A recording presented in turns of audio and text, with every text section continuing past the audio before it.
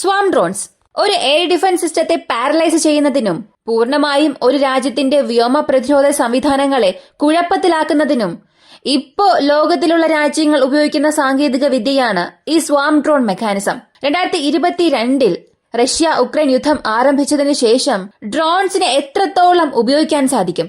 അളവിൽ അധികം ഡ്രോൺസിനെ ഒരേ സമയത്ത് ഒരു നിശ്ചിത സമയത്ത് ഒരു പ്രദേശത്തെ നോക്കി അയക്കുമ്പോൾ എങ്ങനെയുള്ള പ്രശ്നങ്ങൾ അത് കാരണം അവിടെ സൃഷ്ടിക്കാൻ സാധിക്കും? കുറഞ്ഞ ചിലവിൽ കൂടുതൽ മൂല്യമുള്ള ലക്ഷ്യങ്ങളെ എങ്ങനെ നിർവീര്യമാക്കാൻ സാധിക്കും എന്നുള്ളതെല്ലാം വളരെ വ്യക്തമായി ലോകത്തിന് കാണിച്ചു തന്നു. ഇതിൽ റഷ്യ ഒരു പുതിയ ആയുധം ഈ ഡ്രോൺസ് ഉപയോഗിച്ച് അകത്തേക്ക് ഇറക്കാൻ തുടങ്ങിയിട്ടുണ്ട്. ശരാശരി പ്രതിദിനം 20 മണിക്കൂർ വരെ ഉക്രൈന്റെ പല ഭാഗങ്ങളിൽ എയർ റെയ്ഡ് അലാറംസ് ഈ ഒരു പ്രോസസ് വഴി റഷ്യ ഓൺ ചെയ്തുകൊണ്ടിരിക്കുകയാണ്. ചിന്തിക്കാൻ കഴിയാത്ത രീതിയിലുള്ള പ്രശ്നങ്ങൾ ഇതുവഴി ഉക്രൈൻ ഇപ്പോൾ നേരിടാൻ തുടങ്ങിയിട്ടുണ്ട്. അങ്ങനെ ഇതെന്ത് മെക്കാനിസമാണ്? റഷ്യ ഇതെങ്ങനെയാണ് ഉക്രൈനുള്ളിൽ ഉപയോഗിക്കുന്നത്? ഇത്രയും കാലം റഷ്യ ഇത് ചെയ്യാതെ ഇപ്പോ ഇത് ചെയ്യാനുള്ള കാരണം എന്താണ്? സത്യത്തിൽ അത്രത്തോളം അത് ഫലപ്രദമാണോ? ഇവയെല്ലാം ഈ ഒരു വീഡിയോയിലൂടെ വിശദമായി അറിയാം.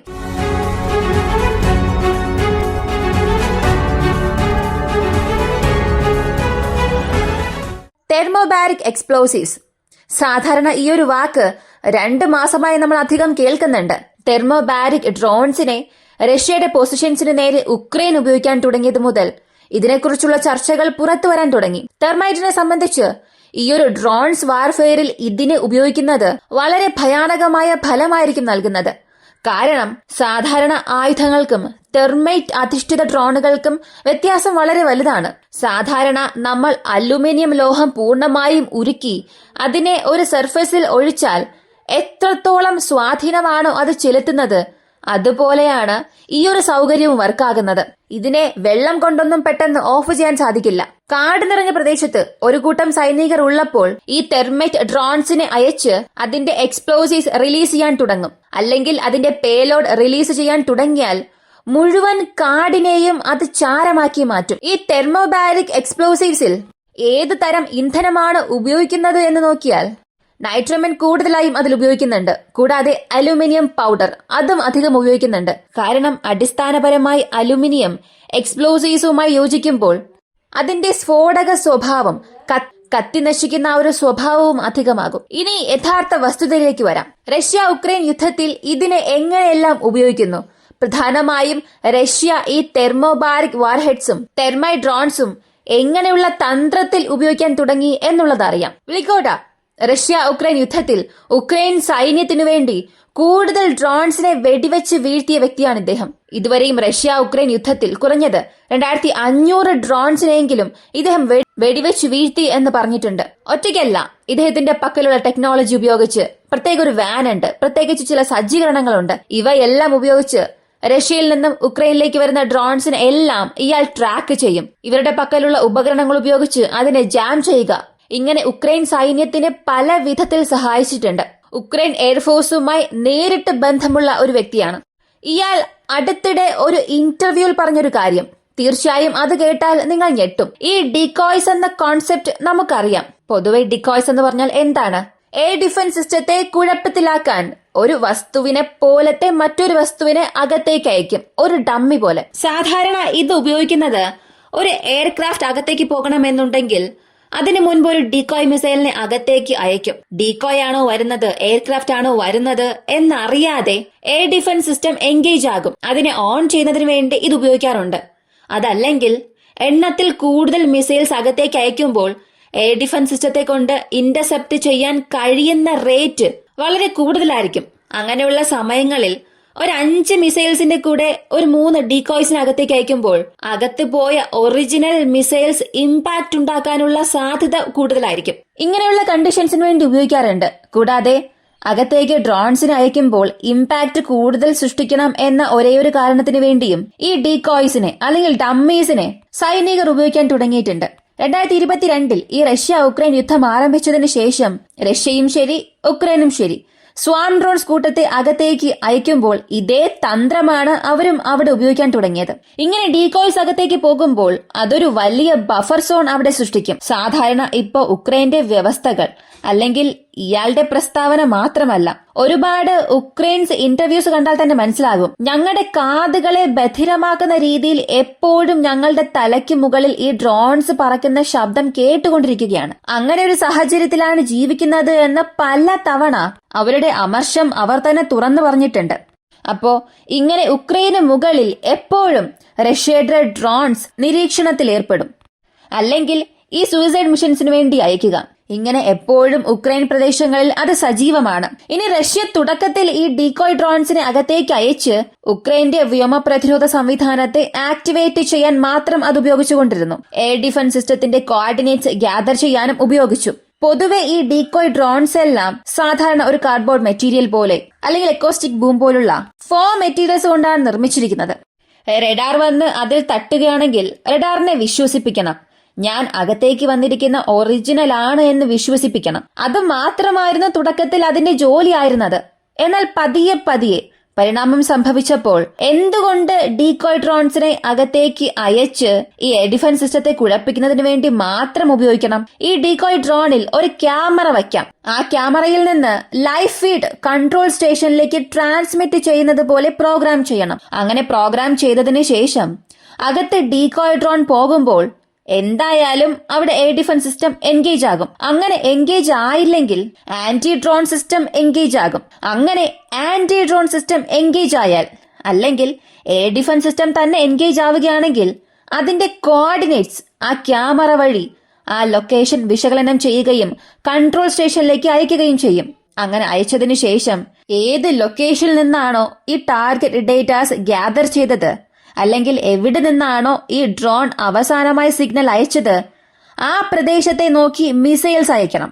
അങ്ങനെ ഈ ഡീകോയ് മെക്കാനിസത്തെ റഷ്യ മുഴുവനായും അവർക്ക് അനുകൂലമാക്കി മാറ്റാൻ തുടങ്ങി. ഇതാണ് റഷ്യയുടെ ആദ്യ വിജയമായി മാറിയത്. എന്നാൽ ഇതിനു ശേഷം അതിലും ചില പ്രശ്നങ്ങൾ ഉണ്ടായി. എയർ ഡിഫൻസ് സിസ്റ്റം നെറ്റ്വർക്കിനെ സംബന്ധിച്ച് ഒരു സ്ഥലത്ത് മാത്രം വെച്ചത് ഷൂട്ട് ചെയ്യാൻ പോകുന്നില്ല. എല്ലാം മൊബൈൽ പ്ലാറ്റ്ഫോംസ് ആണ്. എളുപ്പത്തിൽ അവർക്കത് മറ്റൊരിടത്തേക്ക് മാറ്റാൻ സാധിക്കും. മാത്രമല്ല ചിലയിടങ്ങളിൽ ഇലക്ട്രോണിക് ജാമറുകൾ വഴി ഈ ഡ്രോൺസിനെ ജാം ചെയ്ത് താഴെ വീഴ്ത്തുന്നത് കൊണ്ട് അതിന്റെ എക്സാക്ട് കോർഡിനേറ്റ്സും ട്രാൻസ്മിറ്റ് ചെയ്യാൻ കഴിയാത്ത അവസ്ഥയുണ്ടായി. ഇപ്പോഴാണ് ഒറിജിനൽ റഷ്യയുടെ പദ്ധതി പുറത്തുവരാൻ തുടങ്ങിയത്. ഡ്രോൺസിനെ ഇന്റർസെപ്റ്റ് ചെയ്യുന്നുണ്ടല്ലോ. അങ്ങനെ ഇന്റർസെപ്റ്റ് ചെയ്യപ്പെടുന്ന ഡ്രോൺസ് താഴെ വീണ് പൊട്ടിത്തെറിക്കില്ല. കാരണം ഇലക്ട്രോണിക് വാർഫെയർ സിസ്റ്റം അതിനെ ഇന്റർസെപ്റ്റ് ചെയ്തു.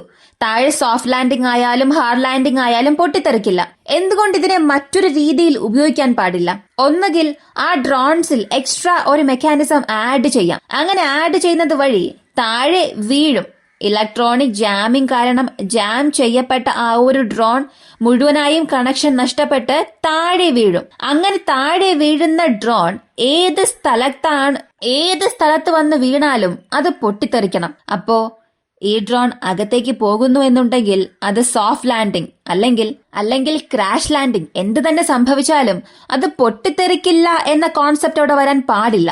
ഇതിൽ ഒരു പ്രഷറൈസ്ഡ് ചാമ്പർ ക്രിയേറ്റ് ചെയ്യുകയും ആ പ്രഷർ ചാമ്പർ താഴെ വീഴുന്ന സമയത്ത് അതിൽ സംഭവിക്കുന്ന വൈബ്രേഷൻ കാരണം അത് പൊട്ടിത്തെറിക്കണം. ഇതാണ് ആദ്യത്തെ കോൺസെപ്റ്റ്. അടുത്ത രണ്ടാമത്തേത്, ഇങ്ങനെ പൊട്ടിത്തെറിക്കും. അപ്പോ ഇതിൽ എന്തുകൊണ്ട് നമ്മൾ സാധാരണ എക്സ്പ്ലോസീവ്സ് വച്ചയക്കണം? അതിന് പകരം തെർമൈറ്റ്സ് അല്ലെങ്കിൽ തെർമോബാരിക് എക്സ്പ്ലോസീവ്സ് എന്തുകൊണ്ട് വയ്ക്കാൻ പാടില്ല? ഇങ്ങനെ വയ്ക്കുന്നത് മൂലം തീർച്ചയായും ഒരു സ്ഥലത്തുണ്ടാകുന്ന ഇമ്പാക്റ്റിനേക്കാളും മൾട്ടിപ്പിൾ പോയിന്റ്സിൽ നമുക്ക് ശത്രുക്കളെ അറ്റാക്ക് ചെയ്യാൻ കഴിയുമെന്നുള്ള പദ്ധതിയിലേക്ക് വന്നു. കൂടാതെ കഴിഞ്ഞ ഒക്ടോബർ മാസം മുതൽ റഷ്യ ഇത് ഉക്രൈനുള്ളിൽ ഉപയോഗിക്കാനും തുടങ്ങിയിട്ടുണ്ട്. അതിനെക്കുറിച്ചുള്ള വിവരം ഇപ്പോഴാണ് പുറത്തു വന്നിരിക്കുന്നത്. ഫോൾസ് ഓപ്പറേഷൻ എന്ന കോഡ് നെയിമോടുകൂടി റഷ്യ ഇത്രയും ദിവസം ഉക്രൈനുള്ളിൽ, അതായത് ഒക്ടോബർ മാസം മുതൽ ഇത് ഉക്രൈനുള്ളിൽ ഉപയോഗിക്കാൻ തുടങ്ങിയിട്ടുണ്ട്. ഇപ്പോ ഒരു എയർ ഡിഫൻസ് സിസ്റ്റം ഇതിനെ ഇന്റർസെപ്റ്റ് ചെയ്താൽ ആകാശത്തിന് നടുവിൽ വെച്ച് പൊട്ടിത്തെറിച്ചാലും ഇതിലുള്ള തെർമൈറ്റ് അല്ലെങ്കിൽ തെർമോബാരിക് വാർഹെഡ്സ് പല ദിശകളിലേക്ക് ചിതറും. അല്ലെങ്കിൽ എവിടെയെല്ലാമാണോ കാറ്റിൽ പറന്ന് ഇത് താഴെ വീഴുന്നത്, ഈ വീഴുന്ന സ്ഥലങ്ങളിലെല്ലാം ഇതൊരു തീപിടുത്തം സൃഷ്ടിക്കും. ഇങ്ങനെ ഉണ്ടായ ഈയൊരു സ്ഫോടനം ചുറ്റുമുള്ള എല്ലാ പ്രദേശങ്ങളെയും തനിക്കുള്ളിലേക്ക് കൊണ്ടുവരും. ആ തീക്ക് ഇരയാക്കും. ഒരുപക്ഷെ സിവിലിയൻ ടാർഗറ്റ്സ് ഒഴികെ ഏതെങ്കിലും മിലിറ്ററി കോമ്പൗണ്ട്, മിലിറ്ററി ഇൻസ്റ്റാളേഷൻസിൽ ഇങ്ങനെ ഒരു ഡ്രോണിനെ ഇന്റർസെപ്റ്റ് ചെയ്താൽ അവിടെയുള്ള മെറ്റൽസിനെ പോലും ഉരുക്കി കളയുന്ന അത്ര വലിയൊരു എക്സ്പ്ലോഷൻ ഇത് കാരണം ഉണ്ടാക്കാൻ സാധിക്കും. അപ്പോ ഇതെങ്ങനെ പരിണമിച്ചു എന്ന് നിങ്ങൾ തന്നെ ഒന്ന് ശ്രദ്ധിക്കുക. ആദ്യം ഡീകോയ്സിനകത്തേക്ക് അയച്ചു. അങ്ങനെ അകത്തേക്ക് അയക്കുന്ന ഡീകോയ്സ് എയർ ഡിഫൻസ് സിസ്റ്റത്തെ പൂർണ്ണമായും ട്രെയിൻ ചെയ്യണം. അടുത്തത്, എന്തുകൊണ്ട് ഈ ഡീകോയ്സിനെ ഇങ്ങനെ മാത്രം ഉപയോഗിക്കണം? ലൈവ് ഡേറ്റ ഫീഡിങ്ങിന് വേണ്ടി അതിനെ ഉപയോഗിക്കാം. ഇനി അടുത്ത അപ്ഡേറ്റിൽ എന്തുകൊണ്ട് ഈ ഡീകോയ്സിനെ നമ്മൾ ഇതിനു വേണ്ടി മാത്രം ഉപയോഗിക്കണം? സാധാരണ ഡ്രോൺസ് ഇന്റർസെപ്റ്റ് ചെയ്താൽ പോലും അതിലൊരു പ്രഷറൈസ്ഡ് മെക്കാനിസം വഴി അവിടെ തന്നെ പൊട്ടിത്തെറിപ്പിക്കുക. അവസാനം 4ാമത് ഇങ്ങനെ ഒരു അപ്ഡേറ്റ് നടത്തി. അപ്പോ വീണ്ടും ഈ ഡ്രോൺസിന്റെ പരിണാമം എന്നത് റഷ്യ ഉക്രൈൻ യുദ്ധത്തിൽ അധികമായി കൊണ്ടിരിക്കുകയാണ്. അതിലും അവസാനം കണ്ട ഈ ഒരു അപ്ഡേറ്റ്, തെർമൈറ്റ് ഉപയോഗിക്കുക അല്ലെങ്കിൽ തെർമോബാരിക് വാർഹെഡ്സ് ഉപയോഗിക്കുക. ഇത് സത്യത്തിൽ വളരെ വിനാശകരമായ ഒരു ഫലം തന്നെ സൃഷ്ടിക്കും. സത്യത്തിൽ റഷ്യ ഉക്രൈൻ യുദ്ധത്തിൽ പല സ്ഥലങ്ങളിൽ ഇങ്ങനെയുള്ള സംഭവങ്ങൾ നടന്നിട്ടുണ്ട്. ഇത് സൈനികം സംബന്ധിക്കുന്ന സ്ഥലങ്ങളോടുകൂടി അവസാനിക്കുകയാണെങ്കിൽ ആരും ഇത് പുറത്ത് പറയില്ല. സിവിലിയൻ ടാർഗറ്റ്സിന് മുകളിൽ ഇങ്ങനെ ഒരു ഡ്രോൺ വീണ് പൊട്ടിത്തെറിക്കുകയാണെങ്കിൽ തീർച്ചയായും അവിടെയുള്ള ജനങ്ങൾക്ക് ഒരു മോശമായ അനുഭവം തന്നെ ഇത് സൃഷ്ടിക്കും. ഒരു വ്യക്തിക്ക് മുകളിൽ വന്ന് വീഴുകയാണെങ്കിൽ പോലും മുഴുവനായും കത്തി നശിക്കും. അപ്പോ കേൾക്കാൻ തന്നെ വളരെ ഭയാനകമാണ്. സിവിലിയൻ ടാർഗറ്റ്സിൽ അത് വന്ന് പതിക്കുകയാണെങ്കിൽ ഉള്ളതിൽ വെച്ച് അതൊരു വലിയ വാർഫെയറായി മാറും. പക്ഷെ അതിനപ്പുറം മിലിറ്ററി ഇൻസ്റ്റാളേഷൻസ് അല്ലെങ്കിൽ മിലിറ്ററി കോമ്പൗണ്ട്സ് ആ ഒരു കാറ്റഗറിയിൽ മാത്രം ഒതുങ്ങി നിൽക്കുകയാണെങ്കിൽ ഇതൊന്നും ഒരു യുദ്ധകുറ്റമായി വരില്ല. അവിടങ്ങളിൽ ഇങ്ങനെയുള്ള പ്രശ്നങ്ങൾ ഉണ്ടായാലും അതിപ്പോ തെർമൈറ്റ് തന്നെ ഉപയോഗിച്ചാലും അതൊരു യുദ്ധകുറ്റമായി കണക്കാക്കില്ല. അന്താരാഷ്ട്ര തലത്തിൽ അതൊരു ചർച്ചയായി മാറില്ല. ഈ ഒരു കാരണം കൊണ്ടാണ് റഷ്യ ഈ ഒരു ഡ്രോൺസിനെ ഇപ്പൊ ഉക്രൈനുള്ളിൽ കൂടുതൽ ഉപയോഗിക്കാൻ തുടങ്ങിയത്. കഴിഞ്ഞ ഒക്ടോബർ മാസത്തിൽ മാത്രം ശരാശരി, അതായത് ആ 30 ദിവസത്തെ ഗ്യാപ്പിൽ മാത്രം 1800 മുതൽ 2500 ഡ്രോൺസിന് വരെയും ഉക്രൈനുള്ളിൽ റഷ്യ ഉപയോഗിച്ചിട്ടുണ്ട്. ഇതിൽ ഹൈലൈറ്റ് എന്തെന്ന് ചോദിച്ചാൽ, ഈ അമേരിക്കൻ ഇലക്ഷൻസ് നടന്നുകൊണ്ടിരിക്കുന്ന സമയത്ത് മോസ്കോ ഉക്രൈനെ ആക്രമിച്ചതിനു ശേഷം ഒറ്റ ദിവസത്തിൽ മാത്രം 145 ഡ്രോൺസ് വരെയും ഉക്രൈനുള്ളിൽ അയച്ചിട്ടുണ്ട്. അപ്പോ ദിവസം കഴിയുന്തോറും ഈ ഡ്രോൺസ് യുദ്ധം എന്നത് റഷ്യ ഉക്രൈൻ യുദ്ധത്തിൽ അടുത്തടുത്ത ഘട്ടത്തിലേക്ക് പോയിക്കൊണ്ടിരിക്കുകയാണ്. റഷ്യയുടെ ഈ ഒരു സംവിധാനത്തെ അവസാനിപ്പിക്കാൻ ഉക്രൈൻ എന്താണ് ചെയ്യാൻ പോകുന്നത്, അല്ലെങ്കിൽ റഷ്യ ഇത് എന്തുകൊണ്ട് ചെയ്യുന്നു എന്നൊക്കെ നോക്കിയാൽ അതെല്ലാം ഒരേ ഒരു സിംഗിൾ പോയിന്റ് ആണ്.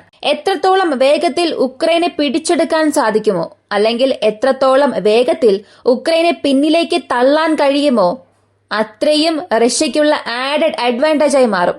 കാരണം ആ സ്ഥലങ്ങളെ ഒന്നും റഷ്യ പിന്നെ തിരികെ കൊടുക്കാനേ പോകുന്നില്ല.